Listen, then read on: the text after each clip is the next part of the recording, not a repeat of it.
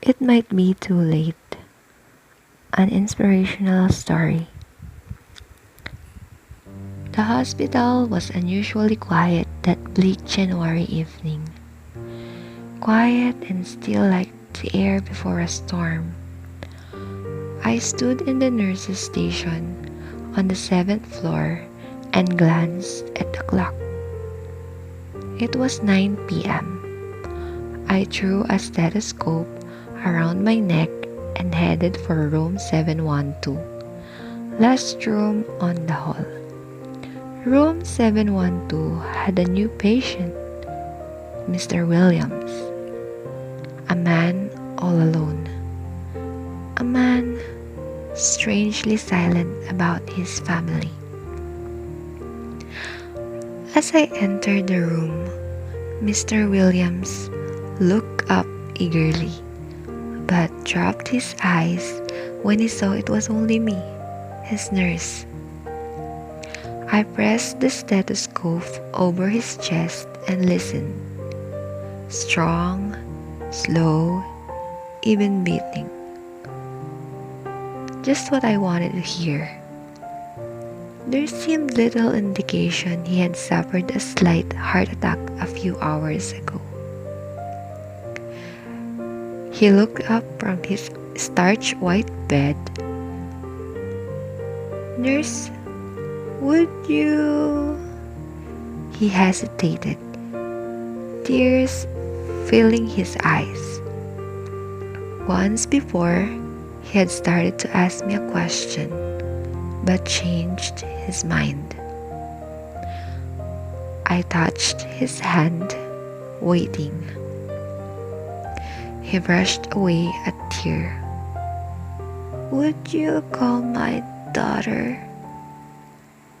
Tell her I've had a heart attack, a slight one. You see, I live alone, and she is the only family I have." His respiration suddenly speeded up. I turned his nasal oxygen up to 8 liters a minute. "Of course, I'll call her," I said, studying his face. He gripped the sheets and pulled himself forward, his face tense with urgency. "Will you call her right away as soon as you can?" He was breathing fast, too fast. "I'll call her the very first thing," I said, patting his shoulder. I flipped up the light. He closed his eyes. Such young blue eyes in his 50-year-old face. Room 712 was dark, except for a faint nightlight under the sink.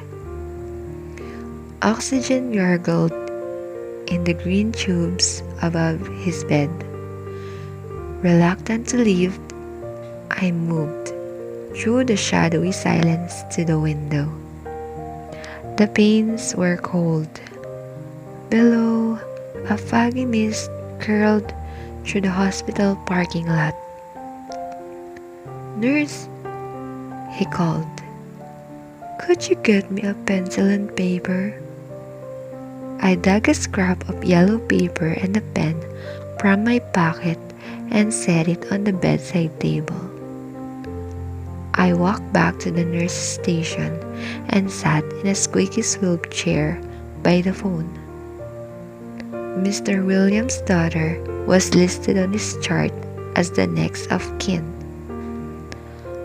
I got her number from information and dialed.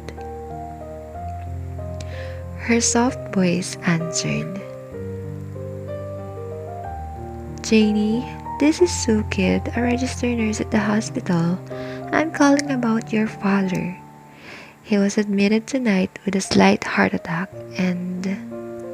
"No!" she screamed into the phone, startling me. "He's not dying, is he?" "His condition is stable at the moment," I said, trying hard to sound convincing. Silence. I bit my lip. You must not let him die, she said. Her voice was so utterly compelling that my hand trembled on the phone. He is getting the very best care. But you don't understand, she pleaded. My daddy and I haven't spoken. On my 21st birthday, we had a fight over my boyfriend. I ran out of the house. I haven't been back. All these months, I wanted to go to him for forgiveness. The last thing I said to him was, I hate you. Her voice cracked, and I heard her heave great agonizing sobs. I sat, listening, tears burning my eyes. A father and a daughter so lost to each other. Then I was thinking of my own father, many miles away. It has been so long since I had said I loved you. As Jamie struggled to control her tears, I breathed a prayer. Please God, let his daughter find forgiveness. I'm coming now. I'll be there in 30 minutes, she said. Click. She had hung up. I tried to busy myself with a stack of charts on the desk. I couldn't concentrate. Room 712. I knew I had to get back to 712. I hurried down the hall nearly in a run. I opened the door. Mr. Williams lay unmoving. I reached for his pulse. There was none. Code 99. Room 712, code 99, stat. The alert was shooting through the hospital within seconds after I called the switchboard through the intercom by the bed. Mr. Williams had a cardiac arrest. With lightning speed, I leveled the bed and bent over his mouth, breathing air into his lungs twice. I positioned my hands over his chest and compressed. 1, 2, 3. I tried to count. At 15, I moved back to his mouth and breathed as deeply as I could. Where was help? Again, I compressed and breathed, compressed, and he could not die. Oh God, I prayed. His daughter is coming. Don't let it end this way. The door burst open. Doctors and nurses poured into the room, pushing emergency equipment. A doctor took over the manual compression of the heart. A tube was inserted through his mouth as an airway. Nurses plunged syringes of medicine into intravenous tubing. I connected the heart monitor. Nothing. Not a bit. My own heart pounded. God, don't let it end like this. Not even bitterness and hatred. His daughter is coming. Let her find peace. Stand back, cried a doctor. I handed him the paddles for the electrical shock to the heart. He placed them on Mr. Williams' chest. Over and over we tried, but nothing. No response. Mr. Williams was dead. A nurse unplugged the oxygen. The gurgling stopped. One by one they left, grim and silent. How could this happen? How? I stood by his bed, stunned. A cold wind rattled the window, pelting the panes with snow. Outside, everywhere, seemed a bed of blackness, cold and dark. How could I face his daughter? When I left the room, I saw her against a wall by a water fountain. A doctor who had been inside 712 only moments before stood at her side, talking to her, gripping her elbow. Then he moved on, leaving her slumped against the wall. Such pathetic hurt reflected from her face. Such wounded eyes. She knew. The doctor had told her that her father was gone. I took her hand and led her into the nurse's lounge. We sat on a little green stools, neither saying a word. She stared straight ahead at the pharmaceutical calendar, glass-faced, almost breakable looking. "Janie, I'm so sorry," I said. It was pitiful, inadequate. "I never hated him, you know. I loved him," she said. God, please help her, I thought. Suddenly, she whirled toward me. "I want to see him." My first thought was, why put yourself through more pain? Seeing him will only make it worse. But I got up and wrapped my arm around her. We walked slowly down the corridor to 712.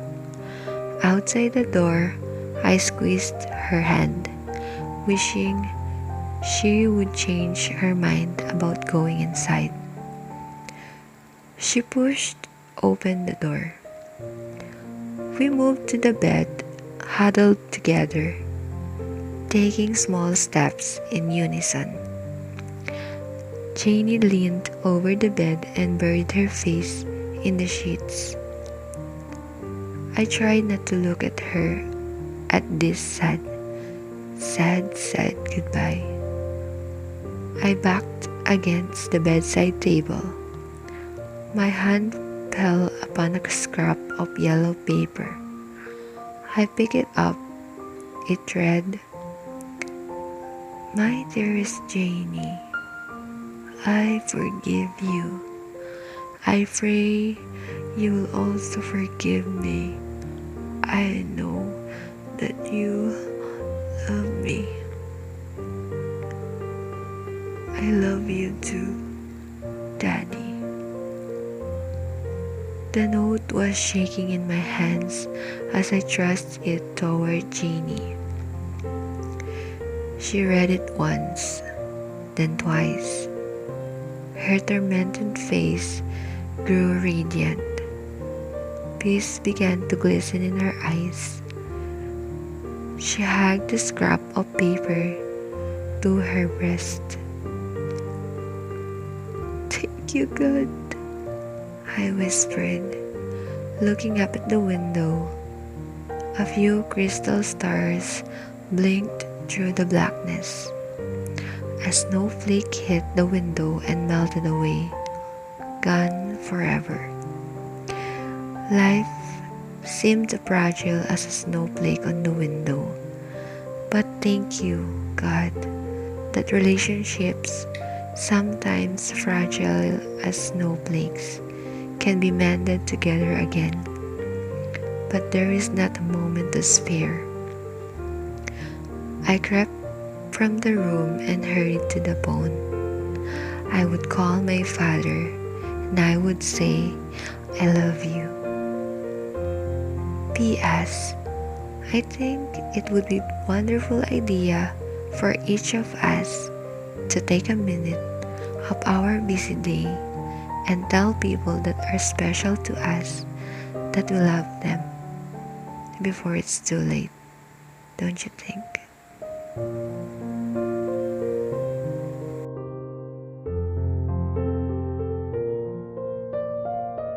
Like and subscribe.